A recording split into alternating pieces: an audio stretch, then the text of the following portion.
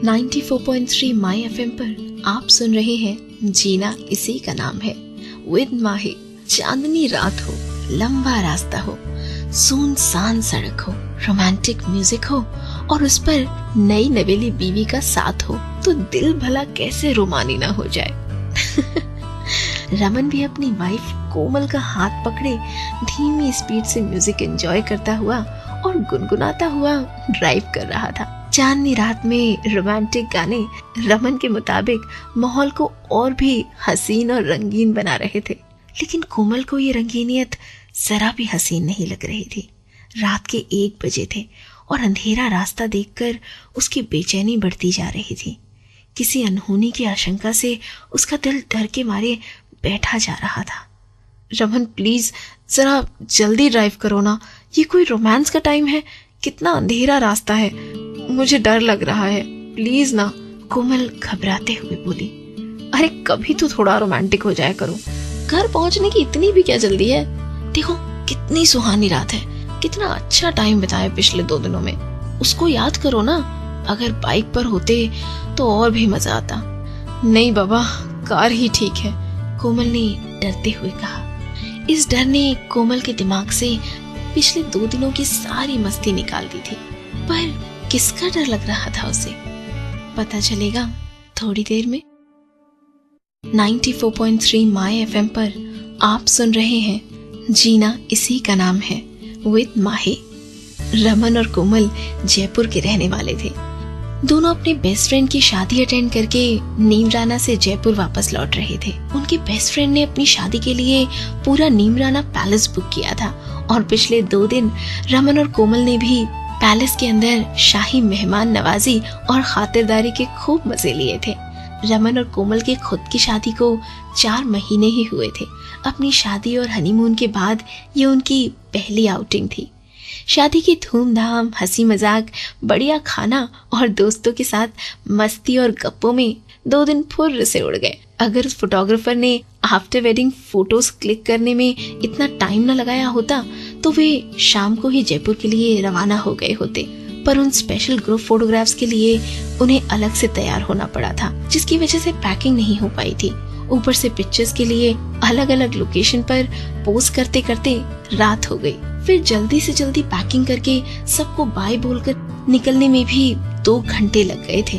यूं तो नीमराना से जयपुर सिर्फ 2-2.5 घंटे का रास्ता था, पर कोमल को देर रात के टाइम सुनसान रास्ता और न जाने क्या क्या ख्याल आ रहे थे और उसे डर लग रहा था। 94.3 माई एफएम पर आप सुन रहे हैं जीना इसी का नाम है विद माही।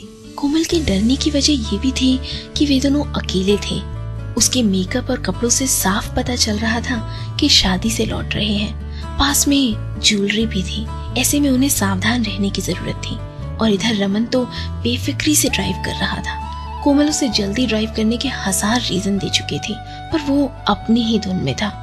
कुछ दूर आगे एक कार खड़ी दिखी और उसकी हेडलाइट्स ऑन, तो रमन ने अपनी कार और धीमी की, शीशा नीचे करके बोला, हाय, आपको कोई हेल्प की जरूरत तो नहीं?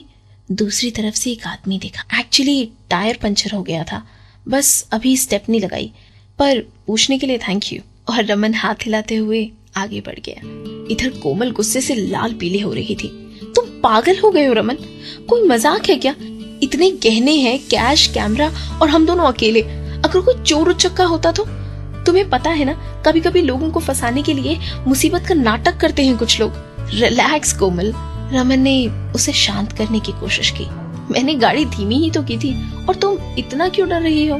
वो आदमी अकेला था, हम दोनों तो साथ। अगर उसे सच में हेल्प चाहिए होती तो बस। इसके बाद तो दोनों में बहस छिड़ गई। क्या हुआ इस बहस का अंजाम, जानिए कुछ देर में। 94.3 माई एफएम पर आप सुन रहे हैं जीना इसी का नाम है विद माही। रास्ता भी खत्म होने का नाम ही नहीं ले रहा था और इधर बहस भी बढ़ती जा रही थी।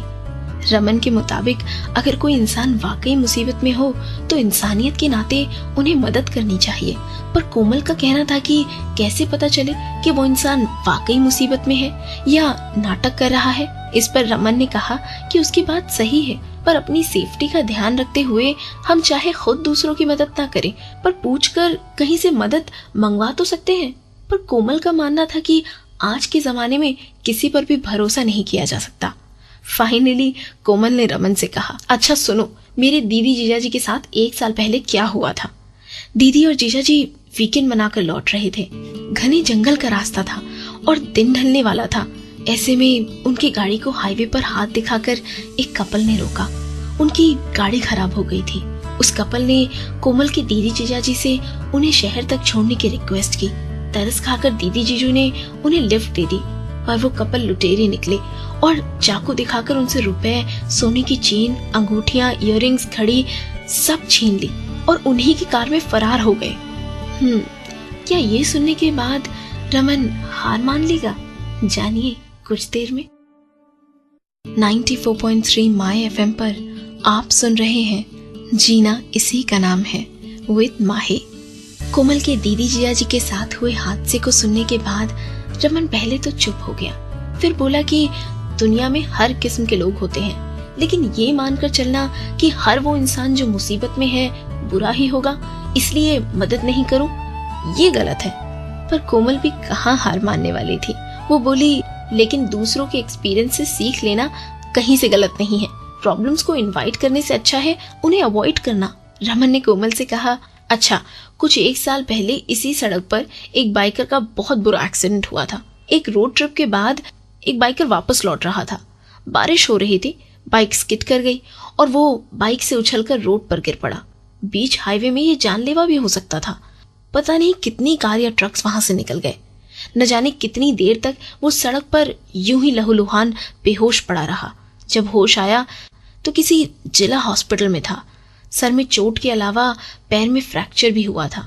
बाद में पता चला कि कुएं से पानी भरकर लौटी हुई गांव की कुछ औरतों ने उसे सड़क पर बेहोश देखा तो फटाफट उसे सड़क किनारे बिठाकर गांव के लोगों को खबर की, जिन्होंने उसे हॉस्पिटल में एडमिट करवाया था। यही नहीं, रोज उसको देखने भी आते थे। पूरे 2 दिन बाद उसे होश आया था। ऐसी सिचुएशन में तुम होती तो क्या करती? कोमल ने झट बोला, मैं कभी नहीं रुकती।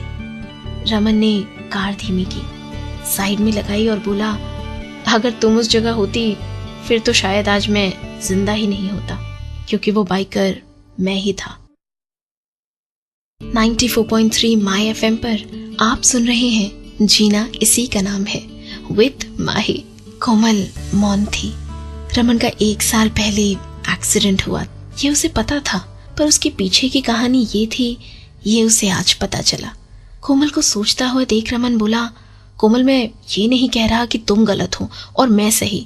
हम दोनों अपनी जगह बिल्कुल ठीक हैं। समाज में बुरे लोग भी हैं और अच्छे लोग भी, और ये बता पाना कि कौन अच्छा है और कौन बुरा इम्पॉसिबल है।